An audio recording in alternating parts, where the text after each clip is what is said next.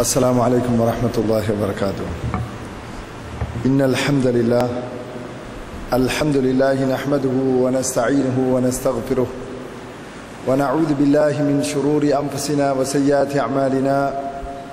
من يهده الله فلا مضل له ومن يضلل فلا هادي له، وأشهد أن لا إله إلا الله وحده لا شريك له، وأشهد أن محمدا عبده ورسوله. أما بعد، قال الله تعالى: يا أيها الذين آمنوا اتقوا الله حق تقاته ولا تموتن إلا وأنتم مسلمون. يا أيها الناس اتقوا ربكم الذي خلقكم من نفس واحدة وخلق منها زوجها وبث منهما رجالا كثيرا ونساء، واتقوا الله الذي تساءلون به والأرحام إن الله كان عليكم رقيبا. يا أيها الذين آمنوا اتقوا الله وقولوا قولا سديدا يصلح لكم أعمالكم ويغفر لكم ذنوبكم، ومن يطع الله ورسوله فقد فاز فوزا عظيما. أما بعد، எல்லா புகழும் புகழ்ச்சியும் நம்மையெல்லாம் படைத்தாளக்கூடிய வல்லவன் அல்லாஹ்வுக்கே உரித்தாகட்டும். அல்ஹம்துலில்லாஹ். கண்ணியத்துக்குரிய உலமாக்களே, சகோதரர்களே, வெளியிலிருந்து கேட்கக்கூடிய சகோதரிகளே, தாய்மார்களே, உங்கள் அனைவருக்கும் அஸ்ஸலாமு அலைக்கும் வரஹ்மத்துல்லாஹி வபரகாத்து. இந்த சந்தர்ப்பத்தில் பேச இருக்கிற தலைப்பை பொறுத்த வரைக்கும், நாங்கள் இருக்கக்கூடிய இந்த காலம் என்பது மிகவுமே ஒரு பெரிய மாற்றம் கண்ட ஒரு காலம். நம்முடைய பெற்றோர்கள், நம்முடைய மூதாதையர்களை விட நாங்கள் இருக்கக்கூடிய இந்த டெக்கட்ஸ், இந்த காலம், இந்த 10-20 ஆண்டுகள் உலகத்திலே மிகவும் அபாரமான ஒரு மாற்றத்தை உலகத்திலே பார்த்து கொண்டிருக்கிறோம். இந்த கையடக்க தொலைபேசி இருக்கிறதே, மொபைல் போன். ஆரம்பத்தில் மொபைல் போன் என்று சொன்னால் ஒரு கடோல் போன் என்று சொல்லுவார்கள். இந்த அளவுக்கு வைத்துக் கொண்டிருப்பார்கள். ஒரு வாக்கி டாக்கி மாதிரி இருக்கும். 1 லட்சம் ரூபாய், அந்த நேரத்தில் 1 லட்சம் ரூபாய்க்கு அதை வச்சு கொண்டிருப்பாங்க. அதை வைத்துக் கொண்டிருக்கக்கூடியவர்கள் பெரிய செல்வந்தர்கள், அந்த மாதிரி வசதி படைத்தவர்கள் அதை வைத்துக் கொண்டிருப்பார்கள். இன்று எப்படி ஆகிவிட்டது? கடை தெருவில், பாதையோரத்தில் மீன் வைக்கக்கூடியவர்களிலிருந்து சாதாரண கூலி வேலை, வயல் வேலை செய்பவர்கள் கூட இடையில மண்வெட்டியை வச்சுட்டு அப்படி ஒரு கோளுக்கு ஆன்சர் பண்ணிட்டு தான் மறுபடி கண்டினியூ பண்றாங்க. உலகத்தில் ஒரு குறிப்பிட்ட காலத்துக்குள்ள பெரிய ஒரு மாற்றத்தை இன்னைக்கு உலகம் பார்த்து கொண்டிருக்கு. மனுஷனுடைய அன்றாட வாழ்க்கையில மாற்றத்தை நீங்க பாத்தீங்கன்னு சொன்ன, உணவுக்காக சாப்பாடு, நம்ம இளம் வயசுல இருக்கக்கூடிய நேரத்தில் வீட்டில் கோழிக்கறி இன்னைக்கு சமைக்கணும் என்று முடிவெடுத்தால் நம்முடைய தாய் சொல்லி வச்சிருவாங்க, இன்னைக்கு காலையில கோழியை கூண்டில இருந்து யாரும் திறந்து விட வேண்டாம், ஏன்னா நாளைக்கு கோழிக்கறி சமைக்க இருக்குது. கோழியை திறக்கிறதாக இருந்தா எந்த கோழியை அறுக்கணுமோ அந்த கோழியை வச்சுட்டு மற்ற கோழியை ஒன்றா வெளியே விடுவாங்க. ஏன்? கோழிக்கறி நாளைக்கு ஆக்கணும் என்றால் இன்னைக்கு கோழியை எல்லாம் மூடி வச்சிடணும். இந்த காலம் தாண்டி இன்னைக்கு எப்படி ஆயிருச்சு? உங்களுக்கு 1 லட்சம் கோழி இன்னைக்கு தேவை. திருமண வைபவம், ஏதாவது ஒரு நிகழ்வு, எத்தனை 1000 கோழி தேவைன்னு கேட்கிறான். எத்தனை கோழி உங்களுக்கு தேவைப்படுது? தேவையா? இந்த நேரம் ஒரு தொலைபேசி அழைப்பு, ஒரு கால் கொடுத்தா உங்க வீட்டுக்கு கோழி வந்து நிற்கும். அவ்வளவு பெரிய அபார உற்பத்தி உலகத்தில் உணவு ரீதியாக பெரிய ஒரு மாற்றத்தை உலகம் பார்த்துட்டு இருக்குது. மனிதனுடைய அன்றாட வாழ்க்கை, உடுப்பு, சுபஹானல்லாஹ். ஒரு காலத்தில் நீங்க சிந்திச்சு பாருங்க, வீட்டில் எத்தனை பேர் கட்டில படுத்திருக்கிறோம், எத்தனை பேருடைய வீட்டில் டாய்லெட் வசதி இருந்தது. ஆனா இன்னைக்கு அட்டாச் பாத்ரூம் இல்லைன்னு சொன்ன மாப்பிள்ளை வந்த மணமகன் அடுத்த பக்கத்தால பேய்த்துறாரு. என்ன? அட்டாச் பாத்ரூம் இல்லாதனால இந்த வீட்டில் கல்யாணம் முடிக்க முடியாது, திருமணம். எங்க போகுது மனிதன் வாழ்க்கை? மனிதனுடைய வாழ்க்கையில எல்லா விஷயங்களையும் பெரியோரு மாற்றம் உலகம் பார்த்து கொண்டிருக்குது. நம்ம கம்ப்யூட்டரை இன்னைக்கு பார்த்துட்டு இருக்கிறோம், சிலர் தொட்டு இருக்கிறோம். கம்ப்யூட்டர் சொன்னா அது என்னன்னு யோசிச்சு கற்பனை பண்ணி கொண்டிருந்தோம். கம்ப்யூட்டரை விடுங்கள், டிவி, தொலைக்காட்சி, ஊர்ல ஒரு இடத்துல 2 இடத்துல தான் டிவி இருக்கும். மக்கள் எல்லாம் என்ன செய்வார்கள், ஒரு நியூஸ், ஒரு செய்தி பார்ப்பதற்காக அங்க போய் அவங்க வீட்டு வாசல கையை கட்டி கொஞ்சம் நியூஸ் பார்த்துட்டு வருவாங்க. Black and white TV. இன்று நம்முடைய குழந்தைகளுடைய நிலைமை என்ன? அப்படி லேப்டாப் எடுக்கிறான், என்னமோ செஞ்சுட்டு போறான். குழந்தைகள் 6 வயது 7 வயது குழந்தைகள் என்னென்னமோ பண்ணி கொண்டிருக்கிறாங்க. பார்க்கிறோமா இல்லையா? இன்னும் நம்மள எத்தனை பேர் மொபைல் போன் வச்சிருக்கிறோம்? ஒருத்தருக்கு கோல் அடிக்கணும், ஒரு மனிதரோட தொலைபேசி அழைப்பு எடுக்கணும் என்று சொன்னால் ரொம்ப யோசனை பண்ற, என்ன செய்யணும் யோசனை பண்றோம். மகன் கேட்கிறான், 5 வயசு, பாப்பா தாங்க நாங்க உங்களுக்கு என்ன பண்ணி தர்றேன், கேட்கனா இல்லையா? உலகத்தில மாற்றங்கள் ஏற்பட்டு கொண்டே இருக்குது. அன்புக்குரிய சகோதரர்களை, எத்தனை பேர் உங்களை கப்பல்ல ஹஜ்ஜுக்கு போய் வந்திருப்பீங்க. ஆனா இன்னைக்கு நிலைமை என்ன? இன்னைக்கு ஆன்லைன், நீங்க இன்டர்நெட்ல வீட்டில இருந்தே உங்களுக்கு போக வேண்டிய பிளைட்டை புக் பண்ண வேண்டியதுதான். இன்டர்நெட்ல புக் பண்ணிட்டு டிக்கெட்டையும் இன்டர்நெட்ல பிரிண்ட் அவுட் எடுத்தாச்சு, நேர ஏர்போர்ட்டுக்கு போய் ஏற வேண்டியதுதான். ஆகி போச்சா?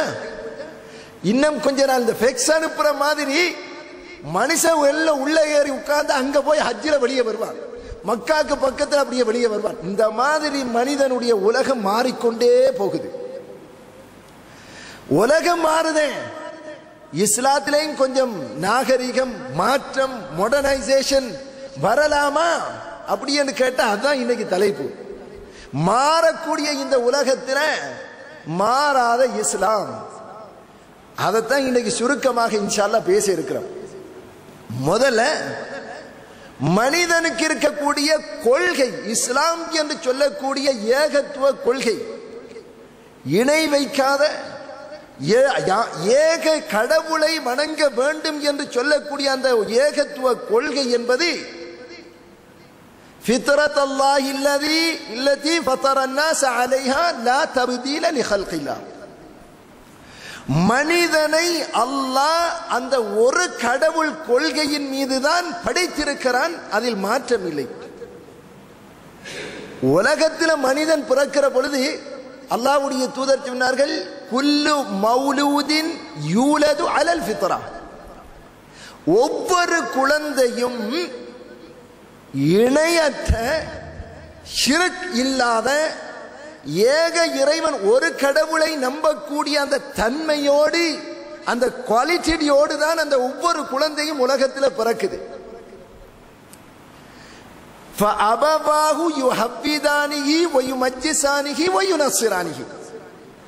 அந்த பெற்றோர்கள் தான் கிறிஸ்தவனாக, யூதனாக, சிலை வணங்கியாக, நெருப்பு வணங்கியாக அவனை மாற்றி வைக்கிறான். பிறக்கிற குழந்தையுடைய உள்ளத்தில் யதார்த்தத்தில் இருக்கிற ஒன்று, இதையெல்லாம் படைத்து கட்டி காக்கக்கூடிய ஒரு சக்தி, ஒரு சூப்பர் பவர் இந்த உலகத்தில் இருக்குது என்று தான் இன்னைக்கு எல்லாரும் சொல்லிட்டு போகிறாங்க.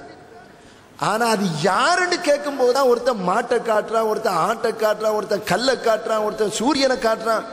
அது யாருன்னு கண்டுபிடிக்க போய்தான் இத்தனைக்கு போனானே தவிர, ஒன்றே கடவுள் ஒருவனே தேவன், ஒன்றே குலம் ஒருவனே தேவன் என்றுதான் மனிதன் சொல்லிட்டு இருக்கிறான். அல்லாஹ் சொல்லுகிறான், மனிதனை படைத்த இயற்கை யதார்த்தமே இணையற்ற ஒரு தூய்மையான கடவுளை நம்பக்கூடிய ஒரு தன்மையோடு அல்லாஹ் படைச்சிருக்கிறான். இது உலகத்தில் அன்றைக்கு இருந்து இன்னைக்கு வரைக்கும் என்னைக்கும் உள்ள அல்லாஹ்வுடைய மாறாத ஒரு சுன்னா. அல்லாஹ் சொல்லுகிறான், லா தப்தீல லிஹல்கில்லாஹ், இறைவன் படைத்திருக்கிற இந்த படைப்பு, இந்த தன்மையில் எந்த மாற்றமும் கிடையாது. அன்புக்குரிய சகோதரர்களே, அதனாலதான் உலகத்துக்கு வந்த நபிமார்களுடைய பிரச்சாரம் எல்லாமே அந்த ஏகத்துவ கொள்கையை சொல்லக்கூடியதாக இருந்தது. அதுல மாற்றமே கிடையாது. எல்லா நபிமார்களும் அதைத்தான் சொன்னாங்க. ஏக இறைவனை வணங்குங்கள், யாரையும் இணையாக்கி விடாதீர்கள். இந்த ஒரு அடிப்படையை நீங்கள் தெரிந்து கொள்ள வேண்டும். இரண்டாவதாக நீங்க அப்படி மனித வாழ்க்கைக்கு வந்தீர்கள் என்று சொன்னார். இன்னைக்கு உலகத்தில் நீங்க பார்த்தால் ஏகத்துவ கொள்கை விஷயத்தில் ஒன்று, உலகம் அன்றும் இன்றும் என்றைக்கும் ஒரு கொள்கை என்பதை அடிப்படையில் புரிந்து கொண்டு மனிதனுடைய அன்றாட வாழ்க்கைக்கு நாங்கள் கொஞ்சம் அப்படி நுழைய வேண்டும். ஒரு குடும்ப வாழ்க்கை இன்று நாங்கள் எப்படி இருக்கிறோம்? காலையில எழுந்து வேலைக்கு செல்லுகிறோம். வீட்டில் பெண்கள் என்ன செய்வார்கள்? காலையில எழுந்து வீட்டு வேலைகளை எல்லாம் முடித்து சமையல், குழந்தைகளுடைய உடைகளை கழுவுவது, கணவனுடைய வீட்டு வேலைகளை செய்வது, இப்படி என்று வீட்டில் ஒரு அழகான ஏற்பாட்டை செய்து கொண்டிருக்கிறார்கள். நாங்க வெளியே தொழில் செய்துவிட்டு வீட்டுக்கு வந்த வீட்டுடைய ஏற்பாடுகள் எல்லாம் அழகாக நடந்திருக்குது. அதுதான் நம்ம இப்ப பார்த்து கொண்டிருக்கிறோம். அப்படியே கொஞ்சம் விமானத்தில் ஏறி நாடு கடந்து போனீர்கள் என்று சொன்ன முற்றிலும் மாற்றமான ஒரு சூழலை நீங்கள் பார்ப்பீர்கள்.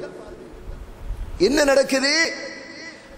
அதிகாலையில் கணவன் எழுந்து போவதற்கு முன்னாடி வைஃப், மனைவி ஹாய் பாய் என்று சொல்லிட்டு அவள் வெளியே போய்த்துறாள். கணவன் வீட்டிலிருந்து புறப்படுவதற்கு முன்னால் மனைவி புறப்படுறாள்.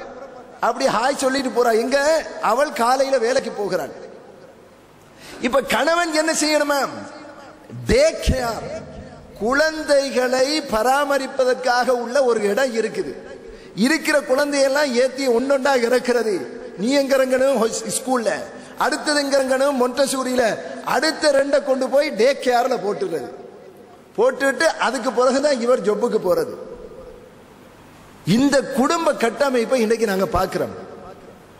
இப்படியான ஒரு குடும்ப கட்டமைப்பினால எவ்வளவு பெரிய சீரழிவு என்று சொன்ன, மேற்கத்திய உலகத்தில் தாயுடைய அரவணைப்பு கிடைக்காத குழந்தைகள் போதை வஸ்துக்கு அடிமைப்படுகிறார்கள். வேறு விதமான உளவியல் ரீதியான மிகப்பெரிய ஒரு தாக்கத்துக்கு ஆளாகிறார்கள். வீட்டில் சமையல் கிடையாது. நாங்க இன்னைக்கு ஃபாஸ்ட் ஃபுட் பார்க்கிறோமே, ஃபாஸ்ட் ஃபுட், இந்த ஷார்ட் ஈட்ஸ் என்றமே. என்ன இந்த ஷார்ட் ஈட்ஸ் ஏன் வந்துச்சு? வீட்டில் மனைவிக்கு சமைக்க நேரம் இல்லை, மனைவி இல்லை, கணவனுக்கு நேரம் இல்லை. அதிகாலையில் எழும்பி ட்ரெயின்ல நாங்க பார்க்கிறோம், பிரஷோட கையில வாரான். வாஷ்ரூமுக்குள்ள, ட்ரெயினில் வாஷ்ரூமுக்குள்ள போய் பிரஷ் பண்ணி மூஞ்ச கழுவி எல்லாம் செஞ்சுட்டு வந்து அப்படி அங்கனக்கே ஒரு டீ காஃபி எடுத்தாச்சு, அப்படி குடிச்சிட்டு அவன் போகிறான். நம்ம என்ன பண்ணுகிறோம்? அப்படி போகிற பொழுது சாப்பாட்டில் ஒரு பன் இருக்கணும், கொஞ்சம் இறைச்சி இருக்கணும், வெஜிடபிள் இருக்கணும். அவன் பார்க்கிறான் இதெல்லாம் செஞ்சுட்டு இருக்க நேரம் இல்லை. பண்ணை வெட்டியாச்சு, உள்ளுக்கு ஒரு துண்டு சொசேஜரை வச்சாச்சு, அதுக்கு மேல 2 இலையை வச்சாச்சு, அப்படி போட்டு வெங்காயத்தை போட்டு சுருட்டி மடிச்சு கொடுக்குறா. இந்த ஒரு கடி ஒரு குடி போத்தாச்சு. கணவன் நிலைமை இது, மனைவிட நிலைமை இது. ஆனா இப்படி வளர்க்கப்படுகிற குழந்தைகளுடைய சூழலை நீங்க பார்த்தீர்கள் என்று சொன்னால், தாய் தந்தை தெரியாத ஒரு சூழல்ல அவர்கள் வளர்க்கப்படுகிறார்கள். மேற்கத்திய நாடுகள்ல சில வீடுகள்ல பொதுவாக, உதாரணத்துக்கு நீங்க கனடா, நம்ம போன இடத்தினால சொல்லுகிறோம், அந்த நாட்டுக்கு போன ஒரு அரசாங்க ஆவணத்தில், ஒரு டாக்குமெண்ட்ல கேட்கிறது தந்தையுடைய பேர் அல்ல, தாயுடைய பேர் என்னன்னு கேட்கிறார். இப்ப முகம்மது சொன்ன முகம்மது மரியம் அப்படின்னு சொல்லி தாயுடைய பேரை சேர்த்து போடுகிறான். ஏன் பாப்பா யாருன்னு தெரியாது பிள்ளைக்கு. அங்க லீகல் டாக்குமெண்ட்ரி, ஒரு சட்ட ரீதியான அரசாங்க உத்தியோக ரீதியான ஒரு ஆவணத்தில் போடுகிற பேர் யார? தந்தையுடைய பேர் கிடையாது, தாயுடைய பேர். அன்புக்குரியவர்களே, நபிகள் நாயகம் ஸல்லல்லாஹு அலைஹி வஸல்லம் உடைய ஹதீஸை பாருங்க. எவ்வளவு அழகான ஒரு செட்டப். இஸ்லாமிய வாழ்க்கை திட்டம் இருக்க அன்னைக்கும் இன்றைக்கும் என்றைக்கும் பொருந்தக்கூடிய ஒரு சட்டம். குல்லுக்கும் ராயின் வ குல்லுக்கும் மஸ்ஊலுன் அன் ரஇயதி. நீங்கள் ஒவ்வொருவரும் பொறுப்புதாரிகள், உங்கள் பொறுப்பை பற்றி நாளை மறுமை நாளில் விசாரிக்கப்படுவீர்கள். வர்ரஜுலு மஸ்ஊலுன் அன் அஹ்லிஹி. ஒரு மனிதன் தன் குடும்பத்திற்கு பொறுப்புதாரி. குழந்தை, மனைவி, அவர்களுக்கு உடுப்பு, உணவு, கல்வி, அவர்களுடைய பாதுகாப்பு எல்லாம் கணவனுடைய பொறுப்பு. மனைவி வல்மர்அத்து ராஇயத்துன் ஃபீ பைத்தி ஜௌஜிஹா. மனைவி கணவனுடைய வீட்டை நிர்வகிக்க கூடியவள். வீட்டில் இருக்கக்கூடிய சொத்துக்கள், அவனுடைய குழந்தைகள், அவருடைய வீட்டு துப்புரவு, ஆடைகளை துவைப்பது போன்ற அழகான ஒரு பணிகளை, அழகான ஒரு டியூட்டியை மனைவி வீட்டில் இருந்து செய்வது அவளுடைய ஒரு பொறுப்பு. ஒரு அன்பான ஒரு குடும்ப வாழ்க்கை பாருங்க. அப்ப வீட்டில குழந்தைகளை பராமரிப்பது, வளர்ப்பது தாயுடைய பொறுப்பு. வீட்டில் பெண் எழும்புகிறாள், வேலை செய்கிறாள், குழந்தைகளை பராமரிக்கிறாள், துப்புரவு செய்கிறாள். கணவன் வருகிற பொழுது உணவை கொடுக்கிறான், அவன் காசு பணத்தை கொண்டு வர்றான். தொழில் செய்வது கணவன், வீட்டை நிர்வகிப்பது மனைவி. ஆனா பெண்கள் வேலை செய்கிற பொழுது என்ன நடக்குது சகோதரர்களே? வேலை செய்வாள், 6 மாதம் 7 மாதம் வந்த விடுமுறை. ஏன் 10 மாசமான குழந்தை பெக்கணுமே. ஒரு பெண்ணால் அவனுடைய அந்த காரியத்தை நிறைவேற்ற முடியாது. தொழிலுக்கு செல்லுகிறாள், அவளுடைய மாதாந்த இரத்த போக்கு, அவளுக்கு மாத விலக்கு வருகிற பொழுது அவளால் முறையாக வேலை செய்ய முடியாத ஒரு நிர்பந்த சூழல். ஆண்களோடு கலந்து வேலை செய்கிறாள். அங்கே பெண்களுக்கு பெண்கள் துஷ்பிரயோகம் உலகத்தில் ஒவ்வொரு நாட்டிலையும் நடந்து கொண்டிருக்குது. எங்கெங்கெல்லாம் பெண்கள் தொழில் என்ற பெயரில், சம உரிமை என்ற பெயரில் தொழிலுக்காக களத்தில் இறங்கிறாங்களோ துஷ்பிரயோகம் எந்த நாடும் விதிவிலக்கில்லை. ஆனா முஸ்லீம் நாடுகள், எந்த நாடுகளை பெண்களுக்கென்று வித்தியாசமான சட்டங்கள் இருக்குதோ, இஸ்லாமிய நடைமுறைகள் கடைபிடிக்கப்படுதோ, அந்த நாடுகள் தவிர மற்ற எல்லா நாட்டிலும் இந்த பிரச்சனை இருக்குது. நீங்க வேண்டிய நாட்டை காட்டுங்க, பெண்கள் துஷ்பிரயோகம் நடந்து கொண்டே இருக்குது. உலகத்தில் ஆக பீஸ்ஃபுல் கண்ட்ரி, அமைதியான நாடு என்று சொல்லக்கூடிய நாடுகள்லையும் இது நடந்து கொண்டுதான் இருக்குது. அன்புக்குரியவர்களே, இதனால ஏற்படுற விளைவு என்ன? மனைவியும் போகணும், கணவனும் போகணும். குழந்தை போகிற இடத்தில் பாலியல் துஷ்பிரயோகங்கள், பெண்கள் துஷ்பிரயோகங்கள் நடந்து கொண்டிருக்கின்றன. அடுத்தது, இப்படி போகக்கூடிய பெண்கள் குழந்தை பெறக்கூடிய ஒரு நிலையிலிருந்து தூரமாக்கப்படுகிறார்கள். அதனாலதான் நாம் இருவர் நமக்கு இருவர் என்ற பிரச்சனை ஆரம்பிச்சிச்சு. நாம கணவனும் மனைவியும் 2 பேர், நமக்கு 2 பிள்ளை இருந்தா போதும், நாம இருவர் நமக்கு இருவர். அது அப்படியே வளர்ச்சி அடைஞ்சு அப்படியே முத்தி போய் நாம் இருவர் நமக்கு ஒருவர். அதுக்கு பிறகு பார்க்கிற ஒரு பிள்ளை எதுக்கு? நாம் இருவர் நமக்கேன் இருவரும் ஒருவரும், ஒருத்தர் தேவையில்லை, போ சும்மா இருப்போம். இந்த மாதிரியான சிந்தனைகள் இன்றைக்கு உருவாகிச்சு. ஏன் தெரியுமா? இஸ்லாம் அன்றைக்கு சொன்ன அந்த அழகான வழிகாட்டல இருந்து மனிதன் உடைஞ்சு மனித சிந்தனைகள் நுழைந்த உடனே மனிதனால தாக்கு பிடிக்க முடியாது. பெண்கள் போறாங்க, ஆனா கற்பத்தோட போக முடியாது, மாத விலக்கோட போக முடியாது, ஒரு முறையாக வேலை செய்ய முடியாது. அதுக்கு மேல குழந்தை பெற்ற குழந்தைகளோட பாசமாக இருக்கிறதுக்கு அவளால முடியாது, குழந்தை பெற முடியாது, குடும்ப கட்டுப்பாடு, அந்த மாதிரி ஒரு சிந்தனைக்கு இறங்கினான். இப்படி வந்தா அதோட அடுத்த பாதகமான ஒரு பயங்கரமான விளைவு இன்றைக்கு சைனா சந்திக்குது. கம்யூனிஸ்ட் நாடுகள்ல நாம் இருவர் நமக்கு இருவர் என்று பேசக்கூடிய நாடுகள்ல என்ன பிரச்சனை தெரியுமா? யாருக்காவது தெரியுமா? இதுல விளைவு இன்றைக்கு சைனா சந்திச்சு கொண்டிருக்குது. என்ன? நாம் இருவர் நமக்கு இருவர், அல்ல நாம் இருவர் நமக்கு ஒருவர். ஒரு பிள்ளை, குடும்பத்தில் ஒரே ஒரு குழந்தை. இந்த குழந்தை பெருசாகி ஒவ்வொரு குடும்பத்திலும் ஒரு பிள்ளை தான். கவர்மெண்ட் வந்து அப்படி செஞ்சா கவர்மெண்ட் ஹெல்ப் பண்ணும், உங்களுக்கு ஒரு பிள்ளை தானே ஹெல்ப் பண்ணுது. சைனால இருக்கக்கூடிய முஸ்லிம்கள் எத்தனை? 1000, 2000, 10,000, 1,00,000, கோடிக்கணக்கான முஸ்லிம்கள் சைனால இருக்காங்க.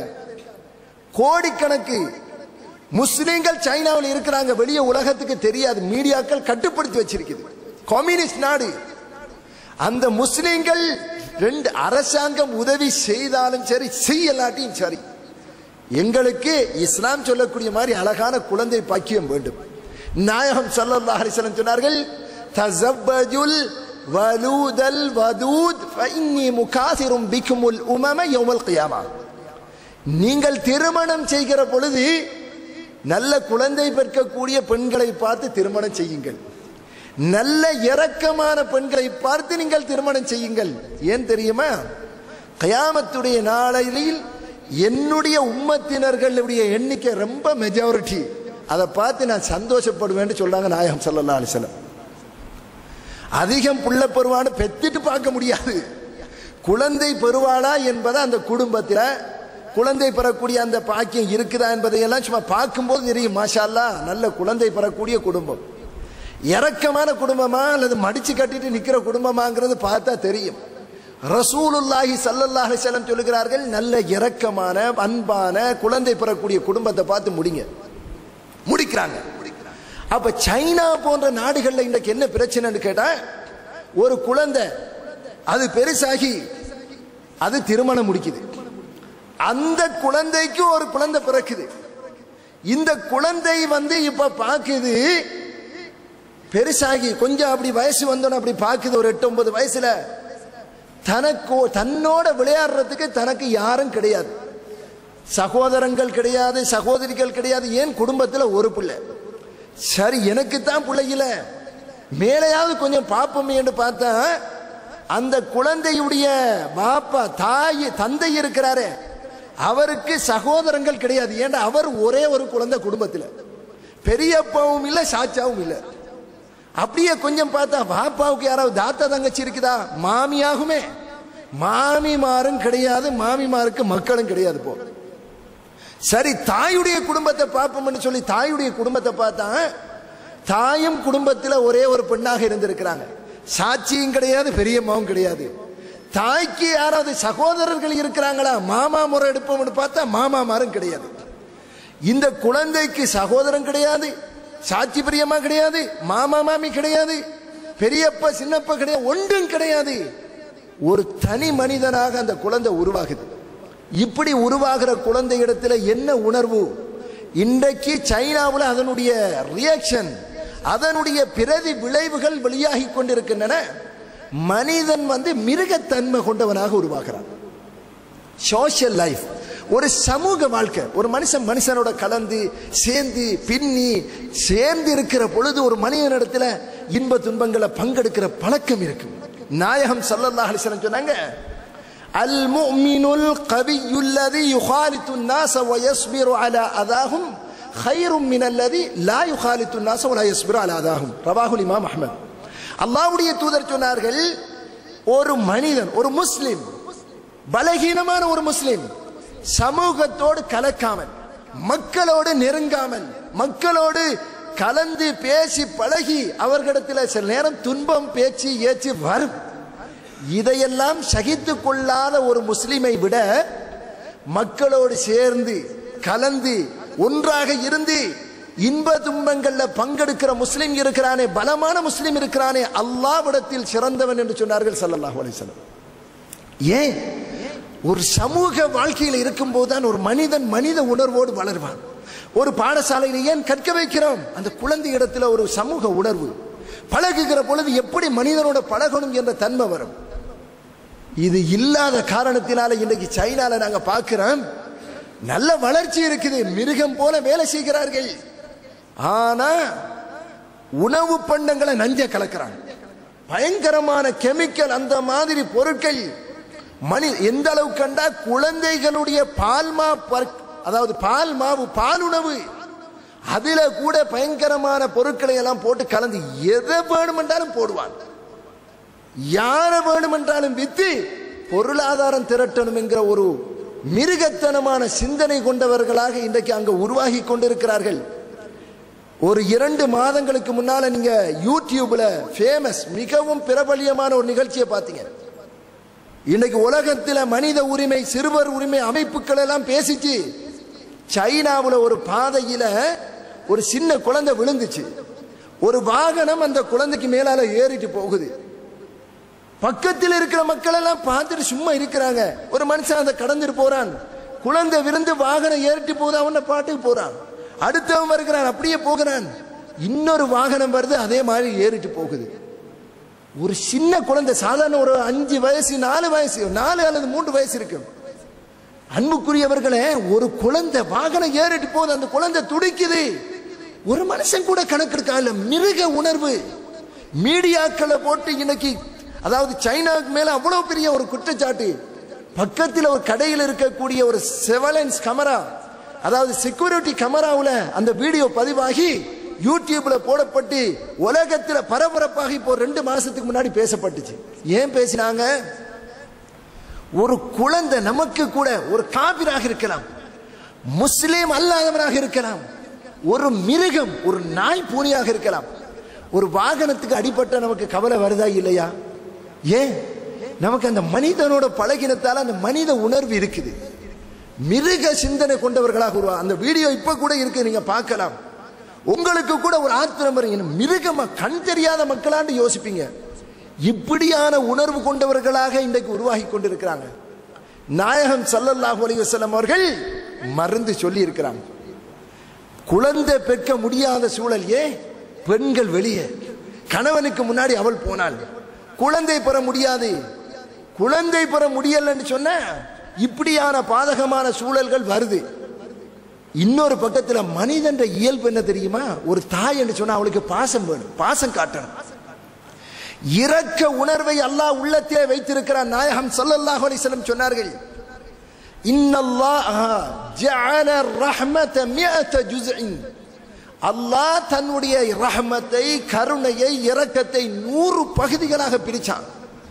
அதுல ஒரே ஒரு பகுதியை இந்த உலகத்தில் இருக்கிற அத்தனை படைப்புகளையும் பங்கு போட்டான். அன்னைக்கு இருந்து இன்னைக்கு வரைக்கும் மனிதன், மிருகங்கள், ஊர்வன எல்லாம் அந்த ஒரு பகுதியை வச்சு தான் எல்லாமே ஒன்று கொண்டு இரக்கம் காட்டுகின்றன. மிருகங்கள், பறவைகள் எந்த அளவுக்கு, ஒரு கோழி குஞ்சை ஒரு ஒரு ஒரு பறவை வந்து, ஒரு ஈகிள், ஏதாவது ஒரு பறவை வந்து பிடிச்சிட்டு போகும்போது அந்த தாய் தன்னுடைய இறக்கையால் அப்படியே குட்டியெல்லாம் மூடிக்கொள்ளுது. ஒரு மிருகம் தன்னுடைய குட்டிகளை காப்பாத்தி இரக்கத்தோட வச்சு கொள்ளுதே. யூடியூப்ல, இன்டர்நெட்ல பாருங்க, ஒரு சிம்பன்சியுடைய ஒரு சின்ன குஞ்சு, ஒரு குஞ்சை ஒரு டைகர் வந்து பிடிக்குது, லெப்பர்ட் ஒன்று வந்து பிடிக்குது. அந்த மிருகத்தை, அந்த சிம்பன்சை பிடிச்சு இழுத்துட்டு வந்து அப்படியே கடிச்சு சாப்பிடுகிற நேரத்தில் பார்க்குது, குட்டி, சின்ன குட்டி, நான் நினைக்கிற 1 நாள் 2 நாள் குட்டி தாயுடைய வயிற்றை பிடிச்சு கொண்டிருக்குது.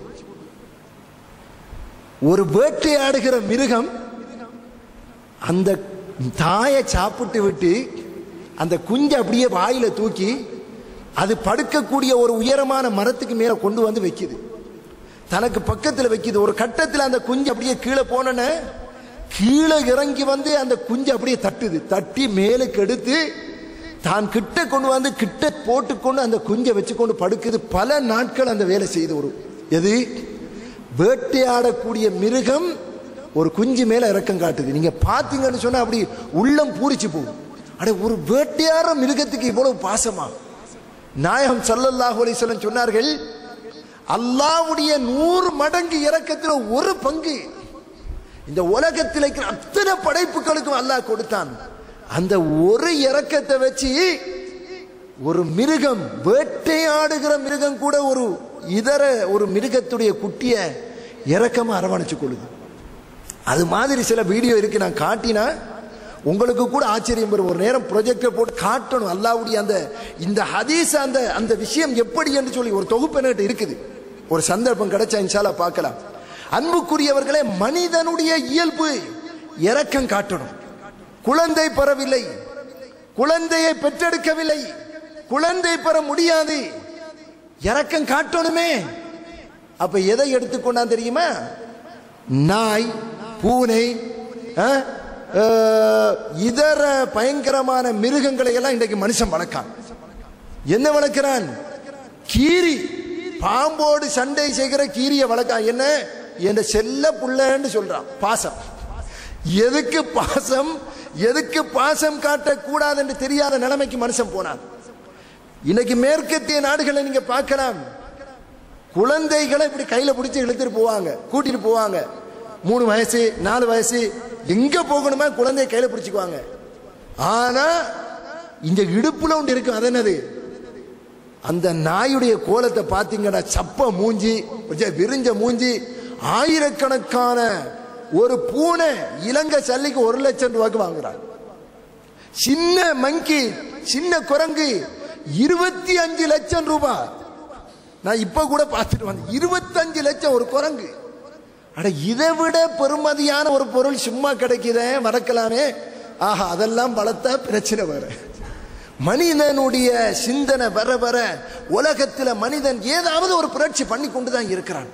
பாசம் காட்ட வேண்டிய குழந்தை பெக்க முடியாது. ஏன்? குடும்ப சூழல். இஸ்லாம் சொல்லக்கூடிய அந்த அடிப்படை உடைச்சானா வாழ்க்கையுடைய நெறிமுறை அப்படியே சீரழியுது. குழந்தைகள் எடுக்க வேண்டிய இடத்துல நாய் வச்சிட்டு இருக்கிறான். வாகனத்தில் பின்னாடி குழந்தைக்கு சீட் பெல்ட் போட்டு வச்சிருப்பான், முன்னாடி நாய் தலையை போட்டு கொண்டு முன்னாடி இருக்கிறது நாய். நேரத்துக்கு மெடிக்கேஷன், நாய்க்கு உணவு சாப்பாடு, அதுக்குரிய வைத்திய செலவு, அதை கழுவுறது குளிப்பாற்றுறது நீங்க கண்டிருக்க மாட்டீங்க. அற்புதமாக இருக்கு. குழந்தைய முட்டிட்டு போனா பரவாயில்லைன்னு போவான், நாய்க்கு மட்டும் வாகனத்தில் முட்டினீங்க மீடியாக்கள் பேசும். வாகனத்தால் முட்டி விட்டார், மீடியாக்களை எடுத்து பாருங்க, பகிரங்கமா நாட்டில் பேசுகிறார். அப்ப பாசம் காட்ட வேண்டிய இடத்துல பாசம் காட்டாததினால மிருகங்கள் மீது பாசம் காட்ட வேண்டிய ஒரு நிலை மனுஷனுக்கு ஏற்படுது. இயற்கையாக அல்லாஹ் வைச்சதை மனிதன் மாற்ற போனதினால ஏற்பட்ட பாரதூரமான விளைவு. அன்புக்குரியவர்களே, இஸ்லாம் சொல்லுகிற அந்த அழகான வழிமுறை, ஒரு பெண் அவளுடைய வீட்டிலே நிர்வகிக்கக்கூடியவள், குழந்தைகளை பெற்று வளர்த்து அன்பாக அரவணைச்சி அந்த தாய் பாசத்தை வெளிப்படுத்தி அந்த தாய் அரவணைக்கிறதுனால ஏற்படுகிற அந்த குழந்தைகள் இருக்கிறத உருவாகக்கூடிய குழந்தைகள் உலகத்தில் சிறந்த ஒரு தன்மை கொண்ட குழந்தைகளாக வளரும். அந்த தாயுடைய பாசம் அவர்களுக்கு கிடைக்கும். குடும்ப சூழல் ஒரு அழகான சூழல்ல உருவாக்கப்படுது. கணவன்மார்களுக்கு நிம்மதி, வீட்டுக்கு வருகிற பொழுது கணவனுக்கு ஒரு ஆறுதல் கிடைக்குது.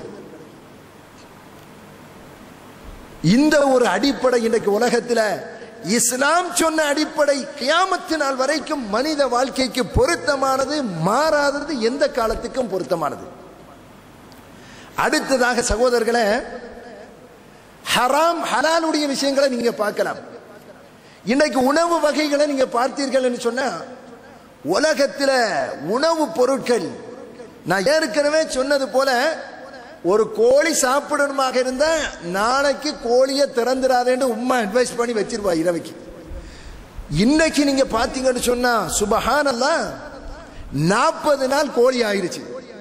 அந்த காலம் நாட்டுக்கோழி சொன்னா வருஷ கணக்கு, ஒரு வருஷம் 10 மாசம், ஒரு வருஷம் போகும். இன்னைக்கு 40 நாள்ல கண்ணுக்கு முன்னாடி கோழி பெருசாகிட்டே போகுது. 40 நாள் முந்தி 18 நாள் கோழி வந்துருச்சு. 18 நாள்ல உங்களுக்கு கோழி. எப்படி கோழி? அந்த நீங்க சாப்பிடுற அந்த கோழி அல்ல. அப்படி பார்த்தா ஒவ்வொரு கோழியும் 3 கிலோ 4 கிலோ கோழி. 18 நாள் அப்படி ஒரு கோழி. அந்த சாப்பாட்டில் கையை போட்டீங்கன்னு சொன்னா கை புண்ணாகி போகும். அந்த மாதிரி இன்டர்நெட்ல போடுகிறான். அந்த அளவுக்கு பவர்ஃபுல்லான உணவு. இந்த மாதிரி உணவை கொடுத்து இன்னைக்கு விதம் விதமான உணவுகள் உலகத்தில் வந்து கொண்டே இருக்குது. எத்தனையோ விதமான உணவுகள். ஃபுட் சிட்டியில போனீங்கன்னா தலை வெடிக்கும். சுபஹானல்லாஹ், ஆயிரக்கணக்கான விதம் விதமான உணவு. தனி மீடியா சேனல்கள் உணவுகளை எத்தனை விதத்தில் தயாரிக்கணும். ஒரு மாவு இருந்துச்சு, அந்த காலம் ஒரு ரொட்டியை சொட்டு சாப்பிட்டு போறாங்க. இன்னைக்கு போய் நீங்க கடையில ஒரு ரோல்ஸ் எடுத்தீங்கன்னு வைங்க, அது என்ன செஞ்சிருக்குது? மாவை குழச்சி பிணைஞ்சி அந்த ரொட்டி மாதிரி அந்த தாள் மாதிரி சுட்டி கறியை சமைச்சு அதுக்குள்ள போட்டு அதை சுத்தி அதுக்கு மேல பிஸ்கட் தூள் போடுறான். அது என்ன பிஸ்கட் தூள்? ஏற்கனவே மாவால செஞ்ச பட்டர் பிஸ்கட் மாதிரி செஞ்சு அதை திரும்ப இடிச்சு பவுடர் ஆக்கி அதுக்கு மேல போட்டு மாவை குழச்சி அந்த கம் போல செஞ்சு அதுக்குள்ள போட்டு உருட்டி பரட்டி இப்படி எத்தனையோ பட்டியல் செஞ்சு கடைசியா ஒரு ரோல்ஸ் வைங்க. ஒரு ரோல்ஸுக்கே இவ்வளவு பெரிய மெனுன்னு சொன்னா இன்றைக்கு உலகத்தில் ஆயிரக்கணக்கான விதம் விதமான உணவுகளை இன்றைக்கு மனுஷன் சாப்பிட்றான். இதுல எது ஹராம் எது ஹலால்? அந்த ரசூலுல்லாஹ் காலம் ரொட்டியோட ஈச்சம்பழத்தோட இருந்தாங்க. இன்னைக்கு இஸ்லாம் சொல்றது பொருந்துமா அப்படின்னு கேட்டீங்கன்னு சொன்னா கண்டிப்பாக பொருந்தும். எப்படி இஸ்லாம் வரைவிலக்கணம் கொடுத்திருக்குது? நபிகள் நாயகம் ஸல்லல்லாஹு அலைஹி வஸல்லம் சொல்கிறார்கள், மிருகங்களை பொறுத்த வரைக்கும் பறவைகளை பொறுத்த வரைக்கும் எதுவெல்லாம் வேட்டை நகங்களை கொண்டு வேட்டையாடுமோ, எந்த மிருகங்கள் எல்லாம் வேட்டை பற்களை கொண்டு வேட்டையாடுமோ அந்த மிருகங்கள் சாப்பிடுவதை அல்லாஹ் உங்களுக்கு ஹராமாக்கி இருக்கிறான். கட்டை காளானை அல்லாஹ் ஹராமாக்கி இருக்கிறான். கட்டை காளான் இல்ல, பன்றியை, ஹின்சீர், அல்லாஹ் ஹராமாக்கி இருக்கிறான். இரத்தத்தை அல்லாஹ் ஹராமாக்கி இருக்கிறான். இன்னைக்கு மிருகம் அறுத்தன்னு சொன்னா இரத்தத்தை தான் மனுஷன் எடுத்து சாப்பிடுகிறான். சாப்பிடக்கூடியவர்கள் இருக்கிறார்கள். ரசூலுல்லாஹி ஸல்லல்லாஹு அலைஹி வஸல்லம் சொன்னார்கள், உஹில்லத் லனா மைத்தத்தானி வத்தமான். இரண்டு இறந்த மிருகங்கள் எங்களுக்கு ஹலால். இரண்டு இரத்தங்கள் ஹலால். ஒன்று வெட்டுக்கிளி, இன்னொன்று மீன். அந்த இரண்டும் இறந்தாலும் யாராவது தக்பீர் சொல்லி அறுக்கிறீங்களா? கிடையாது, சாப்பிட்டுவோம். மீன் இறந்தாலும் சாப்பிடுகிறோம். யாராவது அறுக்கிறவங்க இருப்பாங்க அங்காங்கே. அல்லாஹ்வுடைய தூதர் சொன்னார்கள், அறுக்க வேண்டியதில்லை, சாப்பிடலாம். வெட்டுக்கிளி சவுதியிலே இருக்கிறது ஒரு வகையான இனம்.